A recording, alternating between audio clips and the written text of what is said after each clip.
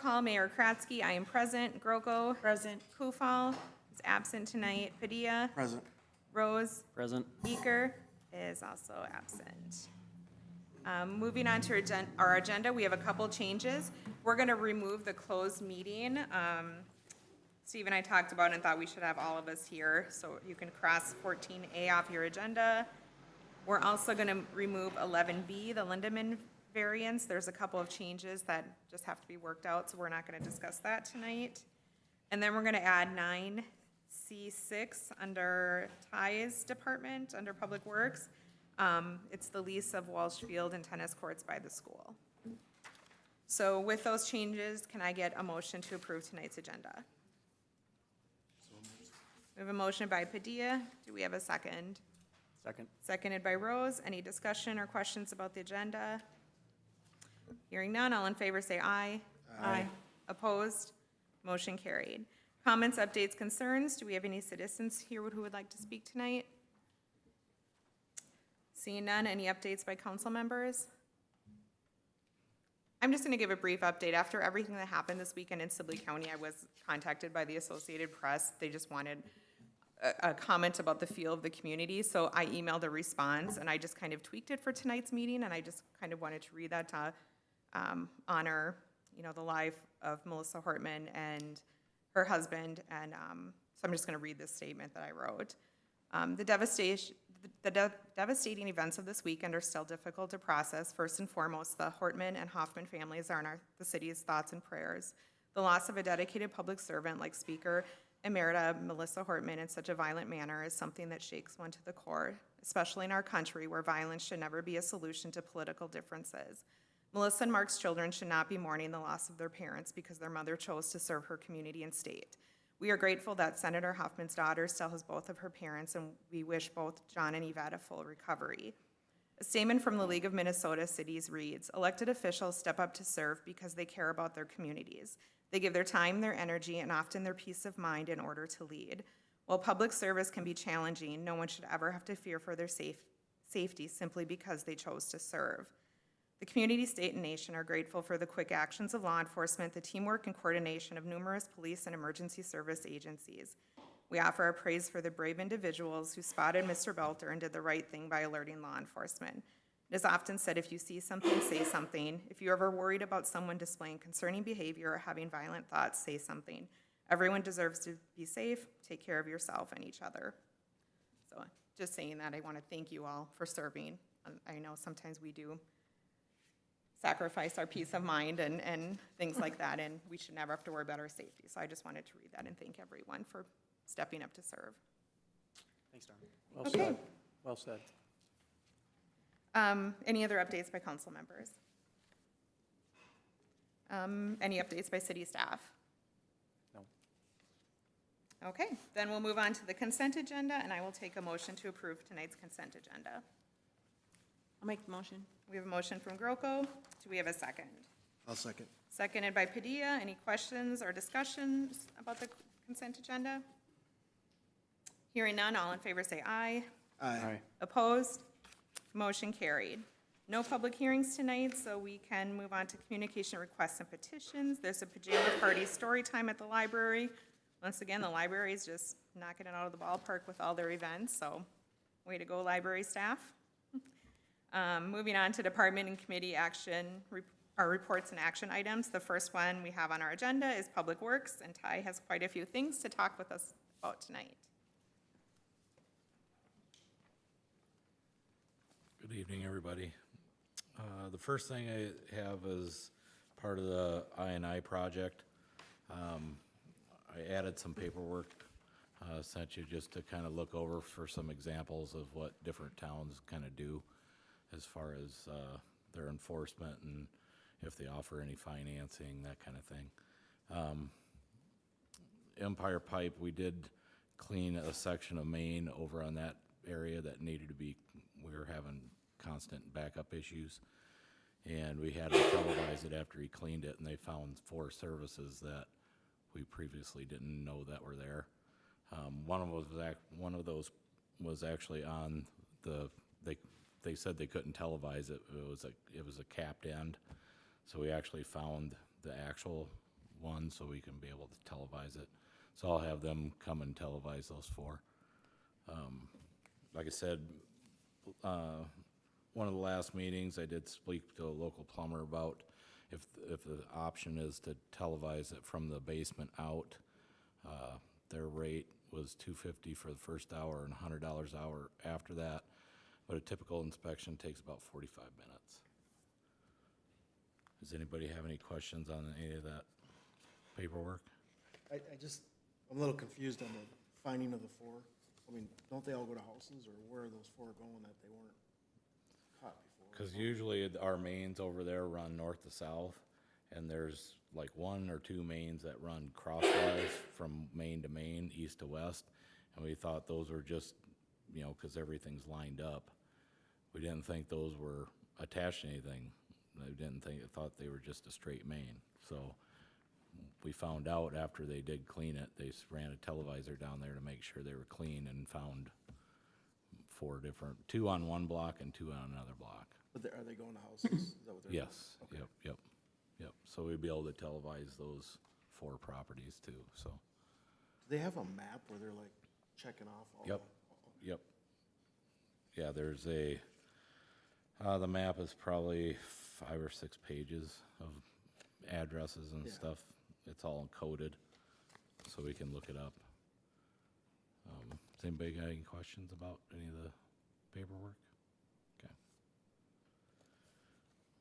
The second thing I have is on-serve code red agreement. This is new emergency alert software. Years ago, originally we started to use it for snow emergency only, and then it kind of expanded into a bunch of other stuff, and especially like water shut-off notices. It's really helped a lot. Main breaks, that kind of thing. So, and this software that we're getting is the same as Arlington's got. We did look at a bunch of different ones. Some were kind of, I'd hate to say, but fly-by-night operations. This one's got pretty much everything we want, with not a huge price. Some of that software is built for really big cities, way out of our price range. We don't need all that stuff anyway. So this is kind of what we found. I think Steve just put the agreement in there to approve the agreement. So we're just asking council to approve that agreement. I believe it's a three-year agreement. Is it the actual Code Red system, Ty? What's Or that? is it the actual Code Red? Is that who the company that's doing it? They're called OnServe, or Crisis 24. OnServe is the main company, yeah. Is that what the county uses too then? Or- I'm not sure, I think so. I think they use Code Red, don't they? Yeah, Yeah, so Yep. it's the same thing, yep. it is. Yep. So can you set out notifications to people's phones that are in the area as well? I don't They've given know. us their cell phone number, yes. Yeah, they have Not to, even if you they have- they have to be signed up for it. They have to be. Yeah, yep, 'Cause I've been in Norwood when I've gotten a notice. yeah. I didn't give anybody my phone number. I think it's I think there's different programs or Yeah. packages, because I think like for the sheriff's office, they can kind of do it like a geographical Yes. area, who's ever in that area, they set like pinpoints or whatever, and anyone, it goes to that. Yeah. But it might be a different level of This one, service. people can actually sign up themselves if they want. I know you can, on this software, you can box in an area, Yeah. because all your addresses are GIS'd or whatever, and you can box in an area and it'll just send those messages. So if you have a main break, you can just send it to the people that are affected. You don't have to send them to everybody. So it's kind of targeted that way. But just for the people that have signed up. Correct, yeah. We have a good chunk of people that are signed up though, right? There's a pretty good chunk of people signed up. I mean, there's only Yeah, a last handful. time we signed everybody up Yeah. that was on a water bill, so, And basically, you're gonna transfer that over. yeah, yep. Any other questions for Ty? Otherwise, I need a motion to approve on-solve code red agreement as presented. I'll make the motion. We have a motion from Groko. Do we have a second? I'll second. Seconded by Rose. Anything else? Any discussion? All in favor, say aye. Aye. Opposed? Motion carried. Moving on to 9C3, declaring surplus property. Yeah, so, we installed our new lift station pump last week, and instead of just giving the thing away, we'd like to try to sell the one the one they took out. It was working. Unfortunately, when they changed the brackets over to the smaller motor, this is the big motor. It takes a different bracket, so that's all changed out, so now we can't just go and stick it in, so we'd like to, try to sell it as surplus property. It is a 35 horse flight submersible. It's kinda, I don't know what, you guys wanna put a minimum bid, like $500 or something, scrap price? Have you done any research? I mean, looked around for what? So the Minnesota pump guy says, look up electric motors, cause it weighs 2,500 pounds. Just see what the scrap price is at. I looked that up and it's anywhere between $500 and $700 for scrap price. So if I we mean, do, and it is in working condition. If somebody has one, I mean, to repair it, if you had a broken one, if somebody had a broken one, it's about $14,000-15,000 to fix one. So it is working, so I would imagine somebody would have some interest in it. Start at 500. I think we should go higher, cause I mean, if scrap price alone is Probably $700. at least 1,000, I would say. Yeah, cause Okay. always, I mean, somebody will buy Sure. it, scrap it and make $200. That's fine. Everyone agree 1,000? Agreed. Okay. And just an update on the landscaping blocks. I did make 3 pallets of those landscaping blocks. There's 225 each pallet, and they sold for $225 a pallet. So they're yet to be picked up, but they did all they got sold to the same person. So somebody bought all 3 pallets. So, Maybe he'll want a pump too. huh? Maybe he wants a pump. Right, right. Now, we just have to go back. We need a motion to declare the 35 horsepower flight submersible pump as surplus property and start with a price of $1,000. I'll make, Motion by Padilla, seconded by Rose? Okay. Any further questions or discussion? Hearing none, all in favor say aye. Aye. Opposed? Motion carried. All right, the last thing I have is swimming pool resignations and new hires, and approve the wage scale. First, we'd like approval for a new hire of Carter Sullivan for lifeguard. And we have 3 resignation listed there. We just need approval for that and the current wage scale. And as it's written, we're okay doing it in one big swoop? Yep. Okay, so we need a motion to approve the 1 new hire and the 3 resignations and the employee wage list. so move. I'll second. Motion by Rose, seconded by Padilla. Any questions? Okay, then all in favor say aye. Aye. Opposed? Motion carried. Next, Just a quick update for the public works side. Seal coating, they came and swept today. Tomorrow they'll be fog sealing, so that'll be all done. They are crack sealing. They were crack sealing today. I don't think they finished, so they'll probably be back tomorrow. And this cutout here, you notice everybody's kind of worried about it. They were, I know Steve, you talked to them, they were gonna cut that out and blacktop it. And I know Justin called and Steve talked to him. They are gonna concrete it now. I didn't do I anything. think Justin talked. Justin did it all. Yeah, He spoke to MnDOT and explained the situation. We were in on this, but Yeah. we all agreed that we'd wanted to replace it with concrete versus bituminous. And Justin was able to convince them, and it went up the ladder, so to speak, and they agreed. And so we will have to reroute traffic for one day. They will be doing, putting in a concrete that cures much faster, but it's still going to be one day, and we'll have to get out notices then to the local businesses that will be impacted. There'll be some no parking on the street too, due to that as well. okay. Yeah, it needs to be fixed, though. yeah. So that, we don't have a date yet, but we would anticipate in the next 2 to 3 weeks. Okay. Good. Thank you for the updates. All right, thank you. Okay, next we have 9C5, Walshfield Dugout Replacement Project, and Bill is here tonight. Welcome, Bill. Thank you. I guess, I can start out. maybe Okay, just sure. Quick intro. In your packet on request for council action, I laid out the costs associated with the dugout project. You'll recall this was the council, Bill was here back in August of last year with quotes for different areas of that project, and the council did approve all of those at that time. The one thing we didn't have at that time was a quote to do the plumbing work. You may recall we had to put in new faucets, and then we also had to run a new line. We abandoned the old one and ran a new line, and so that quote was from B&R Plumbing and Heating, and so that's included here. Pretty much everything came in as proposed. We did have a little bit of overrun on Circle F Farms, but that was only $375, and that was just from some additional gravel and hauling associated with that. So that was pretty minor.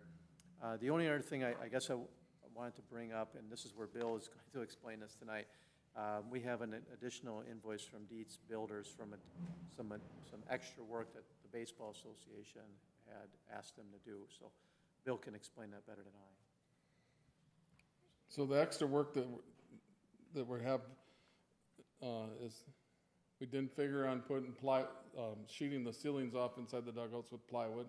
And once we got it built and seen what it was, we did that to try and prevent the birds from always being in our dugout like they have been in the past. They had wooden posts. There's two posts per dugout. We changed that from wood to a steel, painted steel. And we needed something for our helmets and our bats for each dugout, and a shelf down the line. As you can see, Dietz was very gracious. He made a $5,000 donation off the top of what all these extras cost.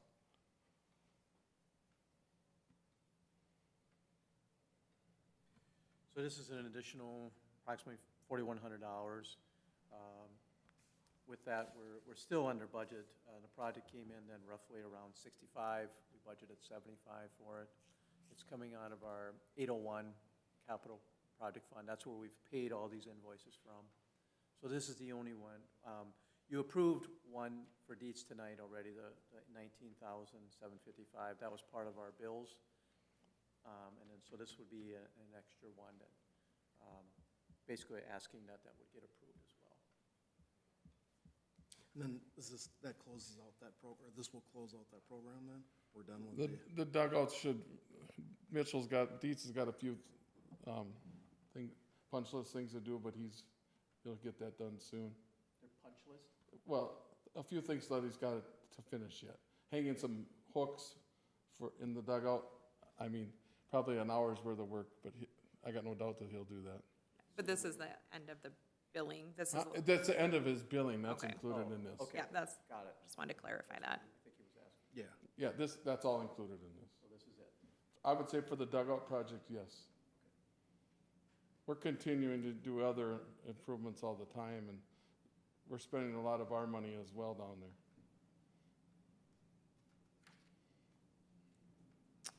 So tonight, in addition to just reviewing the project cost, you need a motion to approve this final bill. Okay. Any other questions for Bill or Steve? Otherwise, would someone like to make the motion to approve the payment to Dietz Builders for $4,141? I'll make that motion. Okay. We have a motion from Padilla. Do we have a second? I'll second it. Seconded by Grocco. Any further discussion? All in favor, say aye. Aye. Aye. Opposed? Motion carried. Thank you, Bill. Thank you, guys. Thanks. Okay, next under Public Works, we have 9C6. This is the lease for usage of Walsh Field and tennis courts in the Gaylord City Park by the pool. And I believe we got a copy of that agreement at our table. Yeah, it's laying on your table. This is exactly the same agreement that we've had for several years now with the school district for the use of, this is a usage agreement for them to use Walsh Field and our tennis courts. This is exactly the same agreement as we've had, no change in the fee. As you can see from the signatures on the bottom, that the school district has actually already taken action to approve it. So we're recommending that we'd approve it as well.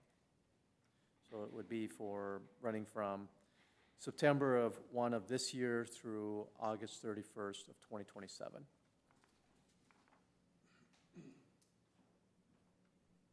And we basically charge them $1,500 a year.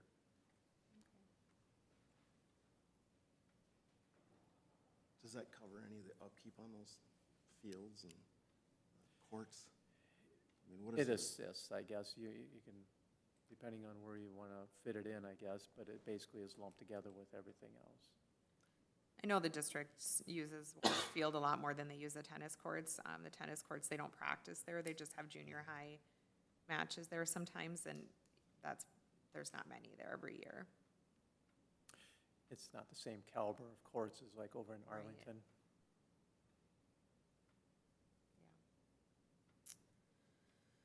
Okay, so we need a motion to approve the lease for usage of Walsh Field and tennis courts in the Gaylord City Park. I'll make that motion. We have a motion from Groko. Do we have a second? I'll second. Seconded by Rose. Any further discussion or questions? I just have, just for going forward, I don't know if it'd hurt to have an idea of, do you know what it costs to repaint them and just do that kind of maintenance over the years? Ty has I don't think he's researched here, that. He would maybe have at least an estimate off the top of his head. I mean- I don't know what it is. It'd just be nice, come next year to know what it costs to kind of do that stuff. Well, and I know because when Amelia, my daughter, played tennis in Arlington, the USTA has a lot of grants to help courts with striping. So there's a lot of grant money out there by USTA. So if we ever wanted to do any improvements, I would suggest looking into that. Because I helped write one for this at least tennis team. Okay. And they paid for new striping and lines, so. Yeah, obviously we want the school to use it, it'd just be nice to know Yeah, what our yep. costs kind of are, so. For sure. Any other questions? All in favor, say aye. Aye. Opposed? Motion carried. Okay, next on our agenda is Gaylord Library under 9G. We have removing Michelle Walls from probationary status. Yes, everything's been going well over the past 6 months. As Dawn mentioned, they seem to be doing a lot of activities over there. So I think Michelle has done a great job of building on what was started there when Barb was a librarian, and she's added more as well. If you haven't been in there for a little while, it's nice to go in there and see the nice paint job that Todd Iverson did. It really looks nice. It's brightened up things quite a bit in there. This year we also did, we cleaned the carpets. So we had our cleaning person come in there and do that. So just touching it up, sprucing it up, making it look a little nicer. So, but I have completed my an evaluation of Michelle, and I'm recommending that she be removed from probationary status and just put on regular employment status. Okay, so we need a motion to approve removing Michelle Walls from probationary status and to move her to regular employment status. So move. We have a motion from Rose. Do we have I'll second it. Seconded by Groko. Any discussion or questions? Hearing none, all in favor say aye. Aye. Opposed? Motion carried. Next on our agenda is number 10, unfinished business. We have 10A, ordinance number 377, an ordinance amending Chapter 71, parking regulations. So this is our second reading of this. The public hearing was held at our last meeting on June 4th. After the hearing, the council discussed it, and they made one change to the ordinance at that time, mainly from a request from MnDOT about extending the no parking further to the east than 3rd Street. Their recommendation was go down 500-600 more feet, and you guys ultimately decided to take it all the way down to Tower Street. And so that change has been made in the ordinance, and that was the only change that you made. So basically, again, we're looking at no parking on Railroad Avenue from 2nd Street east to Tower Street, and then no parking on 3rd Street southeast from Railroad Avenue to Shoreview Lane. So again, this is the second reading, and there is a summary publication in the packet as well. So we need a motion to adopt ordinance number 377, an ordinance amending Chapter 71, parking regulations. I'll make that motion. We have a motion from Padilla. Do we have a second? I'll second that. Seconded by Rose. Any discussions or questions? All in favor say aye. Aye. Opposed? Motion carried. Next, we need a motion to approve the summary of ordinance number 377 and its publication. So moved. Motion from Padilla. I'll second it. Seconded by Groko. Any discussion? Hearing none, all in favor say aye. Aye. Aye. Opposed? Motion carried. Moving on to new business, we have 11A, resolution number 2025-14, David Lind and Annette Stockland at 1021 Harvey Drive. It's a variance. This is an item that's come through the Planning Commission. David and Annette are here this evening. They are applying for a variance for the purpose of, they want to construct or build a 30 by 42 accessory building, basically a garage slash shop. Their property is zoned R1, which is our single-family residential district. Per our zoning code, the maximum height for an accessory building, this is a detached building that they're proposing, is 16 feet. Given the size of the building that they're looking at here, they'd like to have a height of up to 26 feet, and so therefore they're asking for a 10-foot variance from our requirements. The Planning and Zoning held a public hearing early this month on June 11th, and they unanimously are recommending approval. In your packet, there is a resolution, number 2025-14. It identifies basically the conditions of it, the approval for the variance. Basically, this is for the property at 1021 Harvey Drive.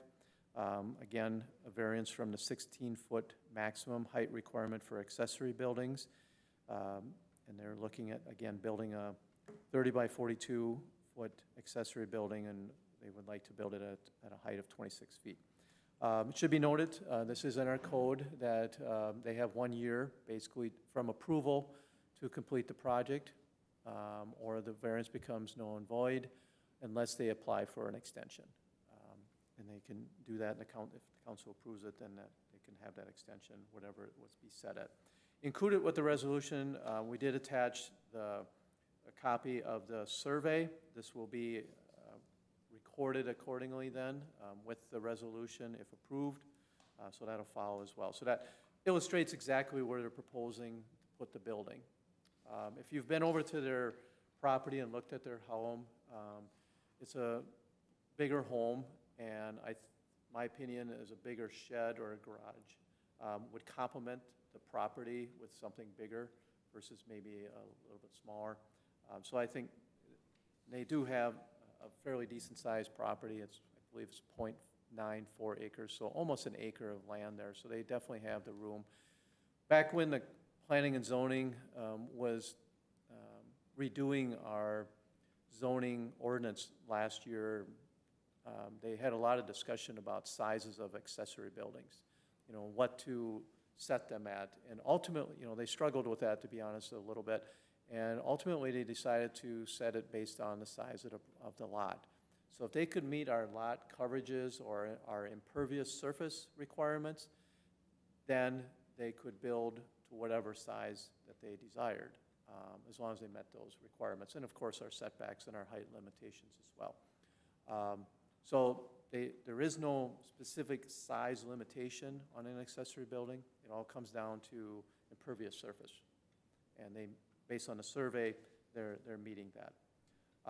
It should be noted too that the property is located in our Shoreland Overlay District. Part of that is whenever we have a variance application, we do have to give notice to the DNR, which we did. We did not receive a response back. The DNR, just for your information, they can provide input and recommendations, but they don't have approval or denial authority when it comes to a variance, but we do have to give them notice. They require it, and it's also in our code accordingly. With that, I guess I'll answer any questions. And again, David and Annette are here too to answer questions. Hi. Anything either of you two want to add to what Steve explained to us? Yes, the year limitation to build, when does that start? With the permit approval or the council approval tonight? With tonight. Tonight, okay, So 1 year. for 1 year. Got it. I wasn't sure if it was a permit approval or not, so. Yeah. Any other questions? When are you planning on starting? Well, as soon as the plans get put together and meeting with the contractor, we have been talking with Mitch Dietz. My wife has talked with him more than I have, so she'll be the CFO and the project manager. I'm very,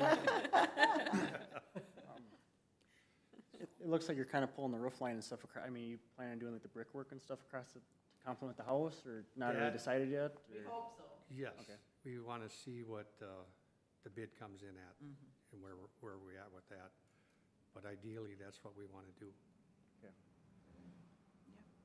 It'll look really nice. Our code is kind nice, of yeah. along that line. Yep. We're supposed to try to match it up as closely as possible.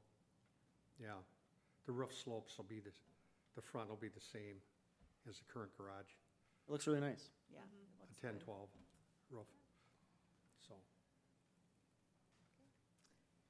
So we are looking for a motion to approve resolution number 2025-14, a resolution approving a variance to the maximum height for accessory buildings for David Lynn and Annette Stockland at 1021 Harvey Drive, Gaylord, Minnesota. So move. We have a motion from Rose. Do we have a second? I'll second it. Seconded by Groko. Any other questions or discussion? All in favor, say aye. Aye. Opposed? Motion carried. Great. Thank you very much. thank you, Thank you, guys. council. Have fun. Have a good evening. Yes, Yes, you too. Okay, moving on to 11C, establishing staff summer hours. This is an item that came through our Personnel Committee. It's actually a request from city staff, and the committee reviewed and discussed this. As you may be aware, or may not be aware, a number of cities and counties do provide for summer hours for staff. And basically what that means is they still work the same number of hours, but they would work more hours on basically Monday through Thursday, and then they would be able to leave early on Friday. What we're proposing here is that this would be for the administration staff and also the public works staff. Again, police would not, this wouldn't work for them because of their shift schedule. But basically proposing that admin staff and public works would basically come in an hour early on Monday through Friday, and then they would leave at noon on Fridays. Now, the Personnel Committee, again, they reviewed this, and their one recommendation is that the public hours would not change, that they would be the same as they currently are. And so that would basically mean that somebody would have to be here all day Friday, or at least we'd have to make sure we're always covered. And so basically, we would be looking at probably staggering from week to week as far as who's going to leave early on a Friday from a staff standpoint. And so that's what we're proposing. I just wanted to point this out in our personnel policy. It does give some discretion to the city administrator as far as ensuring, as far as deviating from our core hours. Again, making sure we're always covering those public hours. From a public works standpoint, there's always somebody on call too. So we do have that availability. So if we get vacations or sick leave that comes into play, maybe there is always going to be somebody on call. So somebody has to come in. So with that, I guess I'll open up to any questions. You're pretty confident in getting that schedule worked out, that, I mean, Yeah, I don't really see any issues with this. We've talked about it enough as staff as well. Again, this was a proposal coming from staff, so they're pretty motivated to try to make sure that this works out. And I forgot to mention, the period for the summer hours is proposed to commence here next Monday, June 23rd, and then run through the end of August 29th. That's a Friday. is that just for this year or going forward? Just this year, the Personnel Committee was just recommending to see how this would go and then go from there. So there's no proposed changes to the personnel policy. We're just gonna, based on the language in there currently, we could do this, but it's appropriate that we need to bring this to the council first before given how much of a change this could be. I mean, the public shouldn't see no change. As as far as service and so forth, there should be no changes in service to the public. So basically, it's just a trial, kind of this year is the goal, and Basically, maybe yes. we'll change something come next year. Right. We'll see how this goes, and then maybe before the end of the year, we can talk about what we might do for next year. It might be helpful too, because it's those that are coming in early, you know, for people that live out of town. Is anyone planning on coming in early or staying later? Yes, so it'll be both. So that'll be nice for people that commute and maybe have to, you know, come in here to drop something off, and it might actually be, So, That's a good point to bring up. I guess what we were proposing here is that we would not necessarily open early. Oh, We would keep okay. the hours the same as well, we've had. I retract my statement well, then. you could do like an appointment thing. I mean, if somebody called, If hey, someone had no, to- I mean, I wouldn't Yeah. advertise it, but No, but if someone necessarily, needed but to, maybe that's a you know, possibility. if somebody's around, I want you to advertise that though, I mean, if you're gonna have people that are coming in early. Because it would probably, it might change from week to week. Yeah, that might You get know, it wouldn't be confusing. constant. Like the July 4th week, we're just, because the 4th falls on a Friday, we're just gonna work our normal hours that week. Right, So that would be one week that would be different. The hours that we have listed now will be covered. yes. Yes. Never mind. and I guess we can see how it goes too, and, Yeah, you know, Yeah, come and go September, from October, whatever. We might have some recommendations once we go through Might Right. give this us a too. better idea. for sure. Do you track any kind of like additional expenses by callbacks and stuff like that? Yeah, we can do that. We've done that. I mean, that's not hard to track. There's not too many usually. I mean, usually within our time, just payroll alone, we've got forms for them to fill out, staff fills out. If they call back, you know, like for overtime or something like that, they have to fill out a form. If everyone's okay with this, we're looking for a motion to establish summer hours for the Administration and Public Works Departments for the period June 23rd to August 29th, 2025, and to direct the city administrator to establish the summer hours in accordance with the needs of each department. I'll make that motion. So we have a motion from Padilla. Do we have a second? I'll second that. Seconded by Rose. Any other questions, discussion? All in favor say aye. Aye. Opposed? Motion carried. Moving on to 11D, we have the Abdo Financial Plan Update Proposal. So I included in the packet their proposal. This is updating our current plan. It's a 5-year plan again, and last year the fee was $8,000. They've bumped it up to $10,750. I've had this conversation with them before. I feel like that's a pretty generous jump, but their reasoning is the cost of staffing is bringing that cost up. So that's kind of the same old that you hear from a lot of different places. But I strongly recommend that we would look at updating our plan. The financial plan is helpful. It's a great tool for budgeting. I certainly reference it throughout the year.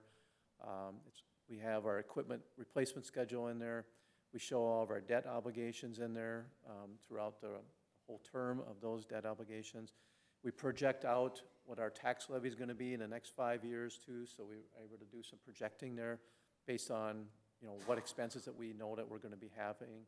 We also include in there any capital projects that we're going to be doing, any street improvement projects.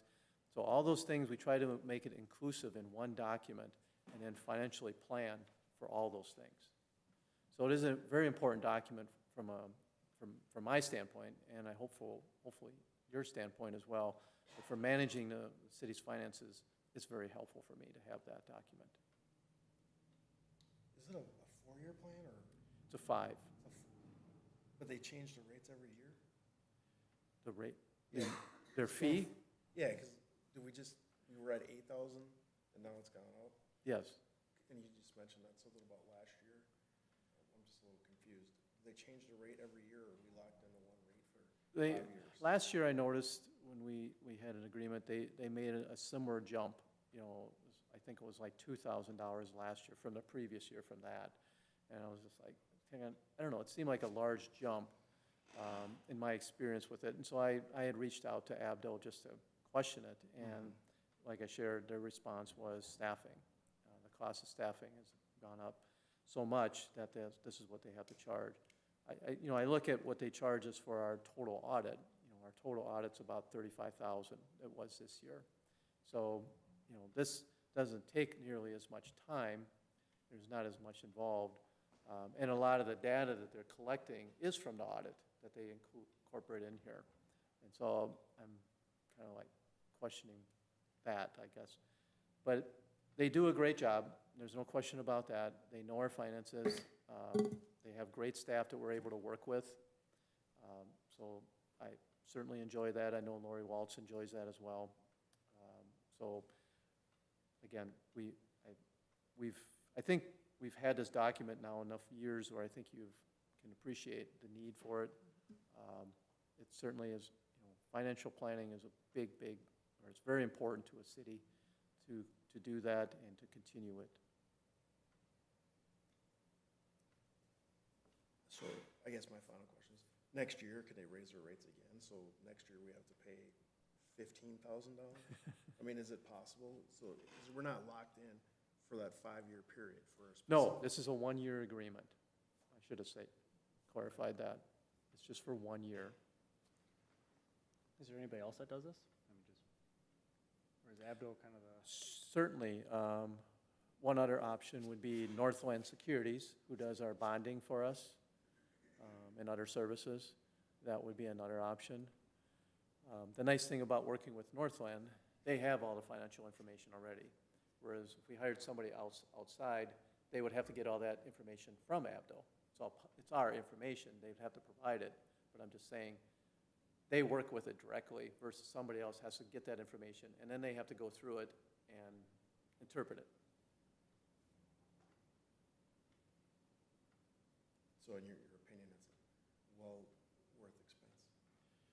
Worth At this point in time, it still is, yes. Someday it might get priced out, though. It'd be nice if they could I'm lock gonna- in the price. I'm for gonna push the back if they life of keep the doing plan. this. I'm eventually I'm gonna push back if they keep doing it like that. I mean, it does, I understand their dilemma and their challenges, but at the same time, a $2,700 jump in 1 year seems like quite a significant jump. After jumping last year too. Right, right. Again, it'd be nice if, like the mayor said, if we have a 5-year plan, we could lock in a price for that. And we could ask for that. I think we should. We do that with the audit. We have a 3-year agreement with the audit. I know when we've done, before I came, it was just a 1-year agreement with the audit, and then we jumped to the 3-year, and that was an incentive. They gave us a break then. They made basically a deal on the audit. And the audit, to be honest, hasn't really been jumping horrifically. And I've worked with Abdo for 20 years, and that's been their practice. It really, the audit, I haven't seen extraordinary increases, not like in this financial plan. And they promote this. They want us to have this. So it's kind of interesting to see that they will make this kind of a jump, especially in 1 year. But I can certainly reach out. I think that's actually a good idea, and just see if they would be open to looking at a 3-year agreement in the future. Is there something that is it worthwhile now to just table this and ask them right now if they would change that rate for 3 years? Or do you want to just? The only thing in my dilemma is we need to get working on this. We're getting into that time of year when we're starting to work on it. They won't be here until probably October to provide a draft for you, but we probably could wait 1 more month. I won't want, probably not more than that. Or if we approve it for 1 year now, we could always approve it for 3 years at a future meeting. We could always rescind that motion for the 1 year, and if they're willing to go with 3, give us a new 3-year, we could do that. Okay, then we need a motion to approve Abdo Financial Solutions proposal to update the city's 2024 through 2029 financial plan. So moved. We have a motion from Padilla. Do we have a second? I'll second it. Seconded by Groko. Any other discussion or comments? All in favor, say aye. Aye. Aye. Opposed? Motion carried. Any closing comments by council? Just have a question. Steve, is the mosquito sprayer, is that bad boy working its way around the city yet? I don't think they've been out yet.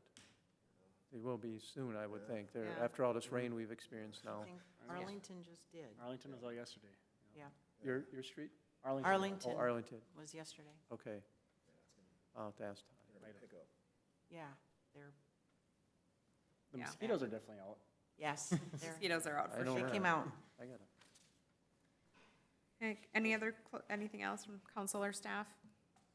Mark, you've been awfully quiet tonight. Those are the best meetings when you don't need the lawyer to weigh in on too much. Okay, if there's nothing else, we need a motion to adjourn. So moved. Motion from Groko, seconded by Rose. All in favor, say aye. Aye. Motion carried.